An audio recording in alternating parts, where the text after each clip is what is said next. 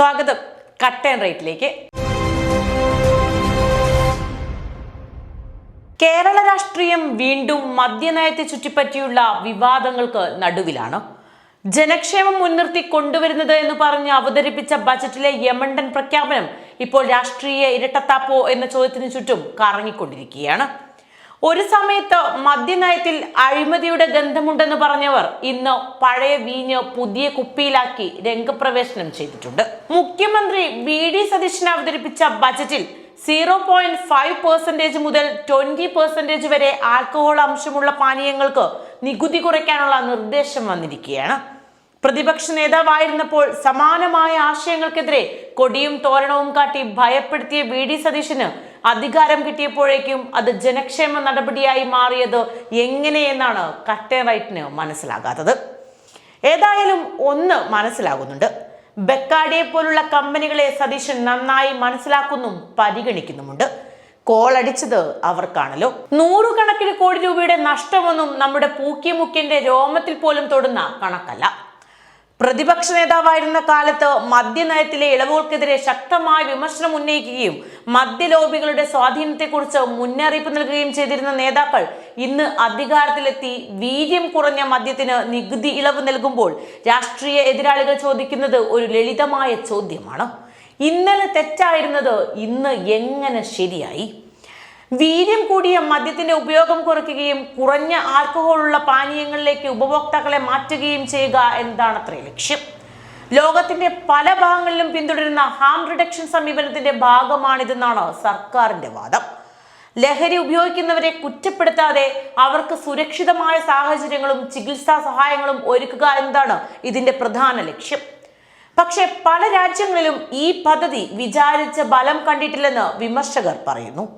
മദ്യലഭ്യത കൂടുന്നതോടെ ശീതളപാനീയങ്ങൾ വാങ്ങിക്കഴിക്കുന്നത് പോലുള്ള അവസ്ഥയിലേക്ക് ഇത് എത്തിച്ചേരാം. ഇതോടെ കുട്ടികൾ വരെയുള്ളവർക്ക് എളുപ്പത്തിൽ മദ്യം ലഭ്യമാകും. അത് പിന്നീട് വരുത്തിവെക്കുന്ന ഫലങ്ങൾ ചെറുതായിരിക്കില്ല. അതായത് നിയന്ത്രണങ്ങൾ കർശനമാക്കുക എന്നത് മാത്രമാണ് മദ്യ ഉപഭോഗം കുറയ്ക്കാനുള്ള വഴി. അതായത് സുരക്ഷിതമായ ഉപഭോഗം പ്രോത്സാഹിപ്പിച്ചാലും യുവാക്കൾക്കിടയിലെ അപകടകരമായ ഉപഭോഗം കുറയില്ലെന്ന് പല പഠനങ്ങളും ചൂണ്ടിക്കാട്ടിയിട്ടുണ്ട്. 2018 പ്രസിദ്ധീകരിച്ച global burden of disease alcohol study പ്രകാരം മദ്യ ഉപയോഗത്തിന് സുരക്ഷിതമായ അളവില്ല എന്ന് കണ്ടെത്തി. ഹാം റിഡക്ഷൻ നടപ്പാക്കുമ്പോൾ മദ്യം ഉപയോഗിക്കുന്നവരിൽ ഒരു വിഭാഗം പിന്നീട് ആൽക്കഹോൾ യൂസ് ഡിസോർഡർ എന്ന അവസ്ഥയിലേക്ക് പോകുമെന്നും പലർക്കും പിന്നീട് അത് പൂർണ്ണമായി ഉപേക്ഷിക്കാൻ കഴിയാതെ വരികയും ചെയ്യുമെന്നും പഠനങ്ങൾ വ്യക്തമാക്കുന്നു. അതായത് മദ്യത്തിനോടുള്ള ആശ്രിതത്വം, അസുഖം, മരണം, കുടുംബ സാമൂഹിക പ്രശ്നങ്ങൾ എന്നിവ കുറയ്ക്കാൻ ഹാം റിഡക്ഷന് ഒരിക്കലും സാധിക്കില്ല. ഇനി കേരളത്തിലെ മദ്യനയ ചരിത്രം പരിശോധിച്ചാൽ അത് എല്ലാ കാലത്തും വിവാദങ്ങളാൽ നിറഞ്ഞതാണ്. ബാർ കോഴ ആരോപണങ്ങൾ, മദ്യനിരോധന വാഗ്ദാനങ്ങൾ, പിന്നീട് വന്ന നയമാറ്റങ്ങൾ എല്ലാം ചേർന്ന് മദ്യനയം എന്നും രാഷ്ട്രീയ പോരാട്ടത്തിന്റെ കേന്ദ്രമായി മാറിയിട്ടുണ്ട്. കഴിഞ്ഞ സർക്കാർ 2022-23 അബ്കാരി നയത്തിൽ വീര്യം കുറഞ്ഞ മദ്യവിൽപ്പന അനുവദിച്ച് ചട്ടം ഭേദഗതി ചെയ്തെങ്കിലും നികുതി ഘടന പ്രഖ്യാപിച്ചിരുന്നില്ല. 42.86% വീര്യമുള്ള മദ്യം, അതായത് ഇന്ത്യൻ നിർമ്മിത വിദേശ മദ്യം വിൽക്കുന്ന അതേ നികുതി, അതായത് 251% നൽകേണ്ടിയിരുന്നതിനാൽ വീര്യം കുറഞ്ഞ മദ്യം കേരളത്തിൽ ഒരു കമ്പനിയും വിറ്റിരുന്നില്ല. പ്രമുഖ കമ്പനികൾ വീര്യം കുറഞ്ഞ മദ്യം വിൽക്കാനായി നികുതി ഘടന പരിഷ്കരണത്തിനായി കഴിഞ്ഞ സർക്കാരിനെ സമീപിച്ചിരുന്നു. എന്നാൽ വരുമാന നഷ്ടം ചൂണ്ടിക്കാട്ടി LDF സർക്കാർ അത് നിരസിച്ചു. എന്നാൽ ഇപ്പോഴത്തെ തീരുമാനം കമ്പനികൾക്ക് കേരളത്തിൽ പുതിയ വിപണി തുറക്കാൻ ഇടയാക്കും. വകുപ്പ് മന്ത്രിയെ പോലും അറിയിക്കാതെയാണ് ഇങ്ങനെയൊരു തീരുമാനം വി.ഡി. സതീശൻ എടുത്തത് എന്നാണ് മറ്റൊരു കാര്യം. അക്കാര്യം പറഞ്ഞുകൊണ്ട് എം ലിജു തന്നെ രംഗത്തെത്തിയിരുന്നു. എന്നാൽ നികുതി നിശ്ചയിച്ചിട്ടേ ഉള്ളൂ, വിൽക്കാൻ തീരുമാനിച്ചിട്ടില്ല, ചർച്ച ചെയ്യാമെന്നാണ് സതീശന്റെ നിലപാട്. കുട്ടി ആണോ പെണ്ണോ എന്ന് അറിഞ്ഞിട്ട് പോരെ പേരിടൽ എന്ന് പറഞ്ഞതുപോലെയാണിത്. വിൽപ്പനയ്ക്ക് അനുമതി കൊടുക്കണോ വേണ്ടേ എന്ന് തീരുമാനിച്ചിട്ട് പോരെ നികുതി. സതീശനെതിരെ കോൺഗ്രസിൽ നിന്ന് തന്നെ എതിരഭിപ്രായം ഉയർന്നിട്ടുണ്ട്. സർക്കാർ നല്ല ഉദ്ദേശത്തോടെ ചെയ്യുന്ന കാര്യങ്ങളാണെങ്കിൽ പോലും ജനങ്ങൾക്ക് സ്വീകാര്യമാണെന്ന് ഉറപ്പുവരുത്തണമെന്നാണ് കെ.സി. വേണുഗോപാൽ പ്രതികരിച്ചത്. മദ്യവ്യാപനം പ്രോത്സാഹിപ്പിക്കുന്ന നിർദ്ദേശം പ്രകടന പത്രികയുടെ അന്തസത്തയ്ക്ക് നിരക്കാത്തതാണെന്ന് കോൺഗ്രസ് നേതാവ് വി.എം. സുധീരൻ പരസ്യ നിലപാടെടുത്തു.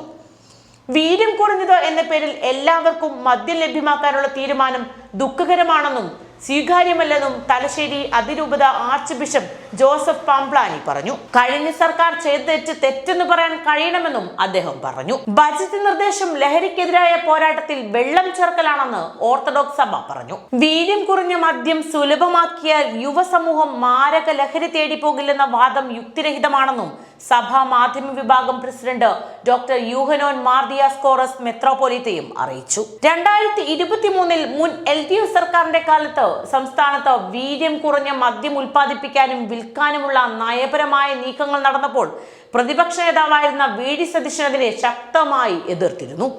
മദ്യക്കമ്പനികളെ സഹായിക്കാനാണ് ഈ നീക്കമെന്നും ഇതിനു പിന്നിൽ വലിയ അഴിമതിയുണ്ടെന്നും ആരോപിച്ച് അന്ന് അദ്ദേഹം LDF സർക്കാരിനോട് നിങ്ങൾക്ക് ഇതിലൂടെ എത്ര പണം കിട്ടിയെന്ന് പലതവണ പരസ്യമായി ചോദിച്ചിരുന്നു. എന്നാൽ ആ ചോദ്യം ഇന്ന് സതീശനോട് തിരിച്ചു ചോദിക്കുകയാണ് മുൻ മന്ത്രി MP രാജേഷ് അടക്കമുള്ള LDF നേതാക്കൾ. അതായത് തലങ്ങും വിലങ്ങും വിമർശനങ്ങൾ ഉയർന്നിട്ടും സതീശൻ സർക്കാരിന് ഒരു കുലുക്കവുമില്ല. ഓപ്പറേഷൻ തൂഫാൻ ഒരു ഭാഗത്ത് തകൃതിയായി കൊണ്ടാടുമ്പോൾ മറുവശത്ത് ഹാം റിഡക്ഷൻ. അതായത് പ്രേക്ഷകരെ, ഇത് കോൺഗ്രസ് സർക്കാരിന് മാത്രം സാധിക്കുന്ന വിസ്മയങ്ങളാണ് കേട്ടോ. അതിൽ ഏതായാലും വലിയ അത്ഭുതവുമില്ല. ഈ ജനാധിപത്യത്തിന്റെ സൗന്ദര്യം എന്ന് പറഞ്ഞാൽ അതാണല്ലോ. മദ്യത്തിന് നികുതി കുറയ്ക്കാനുള്ള തീരുമാനം അങ്ങേയറ്റം ദുരൂഹമാണെന്ന് പ്രതിപക്ഷ നേതാവ് പിണറായി വിജയൻ പറഞ്ഞിരുന്നു. ഇതിനു പിന്നിൽ മദ്യക്കമ്പനികളുടെ കച്ചവട താല്പര്യം കൂടിയുണ്ടെന്ന വ്യാപകമായ വിമർശനമാണ് ഉയർന്നിരിക്കുന്നത്. വില കുറഞ്ഞ മദ്യം മാർക്കറ്റിൽ സുലഭമായി ലഭ്യമാകുമ്പോൾ മദ്യത്തിന്റെ ഉപയോഗം കുത്തനെ വർദ്ധിക്കും.